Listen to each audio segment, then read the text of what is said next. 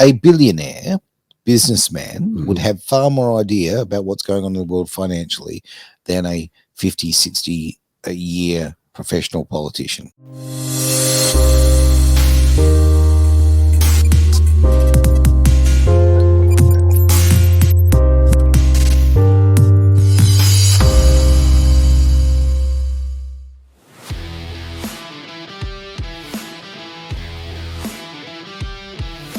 What's next on the agenda there? Well, I think we need to have a look at how big the whole BRICS thing is, right? Because yes, we do. I think what's you hear about it, but when you start collating the data together and putting it all on the same page, which I was doing this morning, I'm going, my goodness, this is huge. This is just coming from every single angle. So let's have a look at what's been happening. I've called this part, BRICS are gaining momentum. Okay. Zimbabwe. Yep. President Emmerson Mnangagwa. Mnangagwa, I know I've butchered the name. No, I think you've done well. Cast President Vladimir Putin as my dear brother and said Russia was a consistent ally of Zimbabwe. Okay. All right. So you see now that they're starting to make inroads into Africa. Remember that Zimbabwe has just gone onto the gold standard as well, and has mixed it with precious metals and other currencies. So they have been looking at this. Now, put this in context, all right, for those who don't up to speed on the whole BRICS thing, how it came about, is that you've got a bunch of nations who decided to do deals with each other. Yep. Brazil, Russia, India, China, and South Africa. And so those nations started doing deals with each other. It really got heightened when the Iraq conflict, beg your pardon, when the they're all the same. Hussein, they really are. Hussein, yeah, clear my mind. Okay, Ukraine is what. So sorry to Ukrainians who are listening to this. When the Russian-Ukrainian conflict went apart, they're basically the pipeline and all the SWIFT banking system basically was like used as weaponization against the Russian ruble. Okay, you're not going to do this. So Russia's got to find out how to do deals now. So Russia's looked at things like putting the ruble back onto the gold standard. They were kind of the first to go back to it. They've been doing deals and talking about doing deals in their own currency, developing their own currency now. And this is because all these other nations are waking up going, whoa, if they can do that to us, and they can do that to Russia, they can do it to us. Absolutely. Yeah. And so you've got all this happening, these maneuverings going on. BRICS is now also making roads into Turkey. This is a really interesting nation because Turkey geographically is at the border of Europe, the Middle East, and Asia. It's very strategically positioned. Absolutely. And the Kremlin is welcoming Turkey's reported desire to join BRICS. There's heightened interest in this group. If you look at some of the nations other than the ones I've mentioned that are in there, we're looking also at Ethiopia, Iran, Egypt, United Arab Emirates. These are, oil producing areas as well. And of course, for those who don't know, the petrodollars always have to be done in US dollars. So oil deal is required, it be done in US dollars. Well, these nations are now doing it in their local currency. Thailand has also expressed interest in being involved in BRICS. So that now you see it moving from Africa into Asia, into Turkey. It's reaching and crossing many, many continents. Well, it's in South America. So, it's right across the globe, really. Now, this is another thing that's really fascinating. They have their own games every year in the BRICS. I did not know this. And 97 countries want to attend the BRICS 2024 in June. Wow. In Russia. Okay. So these nations are wanting to be a part of this in the Kazan region between the 12th and the 24th of June. Yep. And play together. And of course, we know that these kind of games are very interesting. A lot of politics goes on in these things. I'm sure the athletes don't like that because they get trained for years on end, sometimes their whole lives, and then they can't go and perform when they boycott them and this sort of stuff, and want to keep politics out of the sport. But let's face it, Olympics games has always been a lot of grandstanding by nations. Now, I'm going to throw in on this about something I only discovered about 2 weeks ago, right? I've always been very, never pro Hitler at all, obviously, but I've always, it's very damning of the way that he treated Jesse Owens, refused to shake his hand and all of that, right? And that's a story that so much of Olympic history and political history has been based on. Okay. A couple of weeks ago, I actually saw a thing and read the details on it. Apparently it never happened. Apparently he did not refuse to shake Jesse Owens's hand. And apparently the African-American athletes were treated very, very well in Berlin. And so it's actually, this is, and again, who do you believe, right? Who do you believe? But, we've had all of those years of that's 90 years of propaganda there, okay, that we've had this belief, right? So that makes people of color be angry, that makes people, for the West be angry, or it creates, and everybody hates Hitler, so we've got the common enemy. But if it's not true, like these games have been used for political and financial manipulation of the world. Well, let me get back to that point, but you're now getting artificial intelligence interpreting the speeches of Hitler now. Yeah. You can actually see what he actually was saying in context of that time, which is really, really interesting. It is. But back to your point, yes, the games that Hitler did were really the first televised event, and it was very much Goebbels' propaganda piece for Germany and building the Aryan race and that sort of stuff. Cinematography was, they really went to the nth degree to capture that, and that has really set a precedent in terms of how the Olympic Games has since been covered over time. So yeah, you're quite right. It's interesting you bring up that Olympic Games in particular. Yeah. And as I say, I'm not going to in any way be pro any of that regime or any of that took place, but you're right. I mean, Goebbels was the man who invented propaganda effectively, and there's every 4 years we see this ridiculous spectacle of it being politicized. I'm old enough to remember the 1980 Olympics, right, where obviously the US didn't go to, back then, the USSR, and were used it very negatively, and obviously really shot their own athletes in the foot on that. And then you see 4 years later in Los Angeles the opposite happening, and you just think, oh, for goodness sake, so for them to have their own games, it kind of says we're stepping out. Well, they have them yearly, apparently. I didn't know this. And this is really, really interesting. So you're seeing this play to, these nations. What happens, I would imagine, behind the scenes, are deals being done, right? The athletes do their thing and all that sort of stuff. Meanwhile, there's the long lunches and dinners and all that sort of stuff. How things get done. Where deals happen. And that's where people do business. And in terms of government, that's where they do government deals.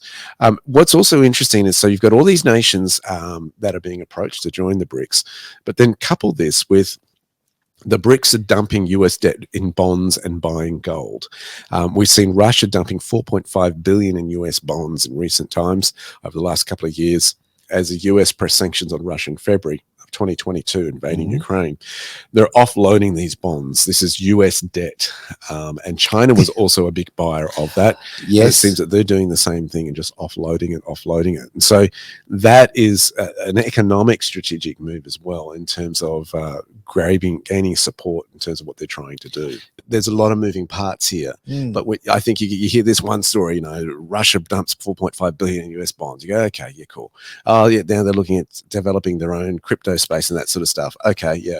But when you start piecing them all together, you can start seeing the bigger moves that are coming at play here. And you're seeing a lot of these nations wanting to move there. And I think as far as Australia is concerned, I've said it before, I think it's going to be interesting to see where they play. In fact, you've just reminded me, there is a piece that Putin has come out and said recently, and I'd like us to hear.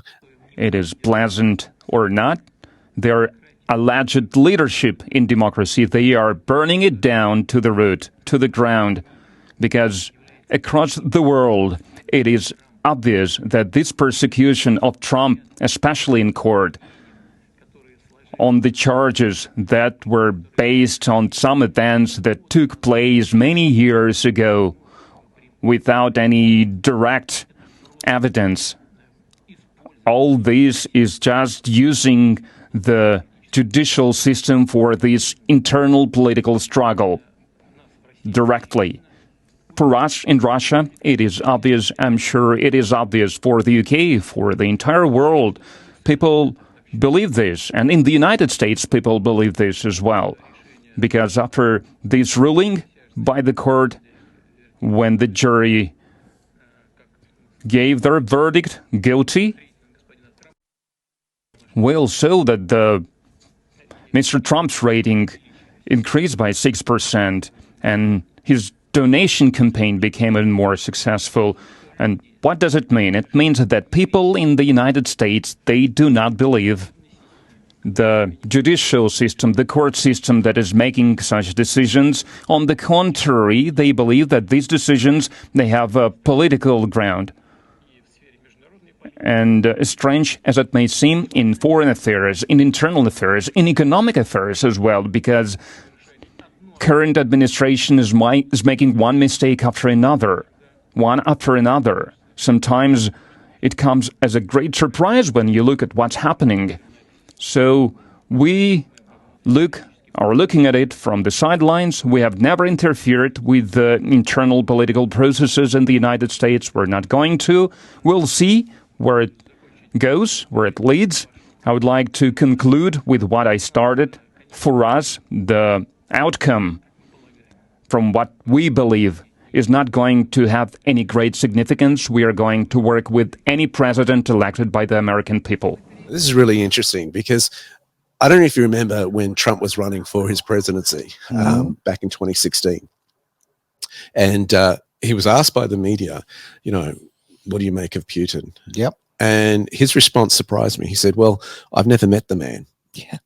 And it said to me, he's keeping an open mind on this guy. That's right. No preconceived ideas. And he's like, he was about building relationship with these. Now, Trump did a big whirlwind tour. He did. And seeing many of these diplomats. So this is an interesting response from Putin. It says to me, the Tucker Carlson interview showed us that Putin was a smart man. He could recite decades and decades of Russian histories from, I think, the 1500s. Yeah, decades. We're talking centuries, absolutely. Right up to the present day, which was extraordinary. I mean, how many leaders and prime ministers and presidents could do that of their own nation history? So he understands how the Russians think and the whole culture behind it and what's going on here. These comments show insight in terms of what's happening to Trump in the United States, because he's picking up on the feel of the nation, how they really do feel, that the Americans are feeling about their current leadership and what they're doing to their former prime minister, president, I should say. So this is really telling. Now, I look at this and I wonder, what is the relationship now with Trump and Putin? Now, you have got everyone with a tinfoil hat ready to go on this one. Because, I mean, these leaders still, I'm sure, talk to each other. You see Obama running off to Downing Street, right? Yeah. Just a few months ago, right? He's still in there talking at the round table there, or the long table there. These guys they still have a diplomacy role even after they finished in their role. And so you wonder what's going on there. I wouldn't be surprised if the two men have high respect for each other. I think they might. I wouldn't be surprised if the Democrats leapt on that and gone, hey, you guys have interfered with the election and all that, all Russian was bad, did the election interference. Not to be true, obviously. Yeah, which is, they leapt on that. It's a really interesting one how this plays out. Now, why am I bringing this up?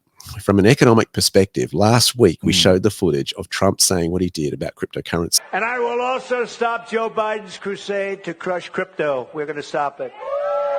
I will ensure that the future of crypto and the future of Bitcoin will be made in the USA, not driven overseas. I will support the right to self-custody to the nation's 50 million crypto holders. I say this with your vote. I will keep Elizabeth Warren and her goons away from your Bitcoin. And I will never allow the creation of a central bank digital currency. He said this at the Libertarian discussion. So not even his crowd. This is the thing. Yeah. And so he says that, and I think to myself, here is the BRICS nations trying to do deals, going back to gold standards, trying to develop their own cryptocurrency. And Trump, I'm wondering if he sees the writing on the wall for the US dollar and the SWIFT system, because it's so antiquated and old. He's going, all right, let's maneuver and we're going to go this direction. And America still has strength in leading in terms of how currencies are issued in the world and developed. A billionaire businessman would have far more idea about what's going on in the world financially than a 50, 60 a year professional politician. Simple as that. So I think this is an interesting move. Now, if we get up the next video here, this shows Putin's view on US debt at the moment. So he understands the economics of the situation he's playing with America. Have a listen to this. Никакого другого залога, что называется, да, кроме доверия к американской экономике, в сегодняшней мировой финансовой системе не существует. И, конечно, Соединенные Штаты эксплуатируют свое монопольное положение на мировом финансовом рынке. На этой эксплуатации они серьезно зарабатывают. По данным, которые есть в открытом доступе, Соединенные Штаты, ну, условно, задолжали мировой экономике $54,3 триллиона. Из чего это складывается? Unfortunately, that's not in English, but there are subtitles for those watching visually. And he's talking about the debt there of the United States and how it's taken 54 point whatever trillion out of the global economy. And so it's interesting to hear the other side of the story in terms of, hey, this is the effect that's having on our economies in the world. They're basically saying in these maneuverings, we want a more even playing field when it comes to doing deals between each other. And why wouldn't they? Honestly, and it's. I think something you said earlier before with the Trump relationship with Putin, right? Is actually two little things. One, I would just say that I believe, yes, I think there's a lot of respect there, and I think that two men who respect themselves and each other to that level will be far more successful than all playing this adversary carry on, of being on two different sides. The other thing I was going to sort of bring to mention is the fact that when we're talking about before, when Putin was talking about the lawfare and the fact that how the justice system was used and all kind of thing. Now, for him to say that publicly, just put into perspective, he's a former member of the KGB. Right now, back in the bad old days of the KGB, people were thrown in jail for anything. Just basically, if you disagreed with the government, off you went. Right. So this is a man who's.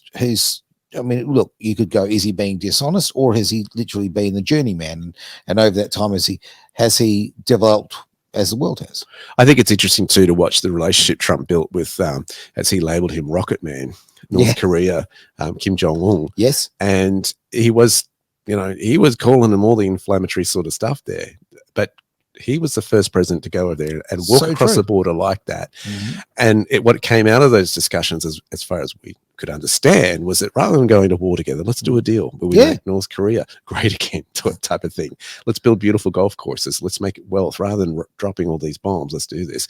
That is a clever way to negotiate. It certainly is. Rather than kill people, let's make us all wealthy. And that really is, I think, an approach to wealth that is refreshing. There's a movement from Kingdom Initiatives, and they call All Shall Prosper. Right. I love that line. There's enough in the deal for everyone to prosper. And anytime you do a business deal at someone else's expense, well, guess what? They don't want to do business with you again. That's right. You burnt that bridge. And if you put somebody out of business, right, you're not paying for them because they end up on welfare. So the better way to do the deal is everybody wins, whether it be a business joint venture between two different businesses. The customer also has to win a deal as well. Everybody wins, everybody's happy. And that's the art of negotiation. This principle is applied to politics and world politics. You see a big difference because lives are spared. It's not about power. It's not about greed. And hopefully there's less bloodshed in the process. Yep, absolutely. I mean, from grassroots level, you see this every day. If you have a bad experience with someone, you don't want to deal with them again. The old real estate agent from the old edge, which is, they made the move and the transition so difficult, right?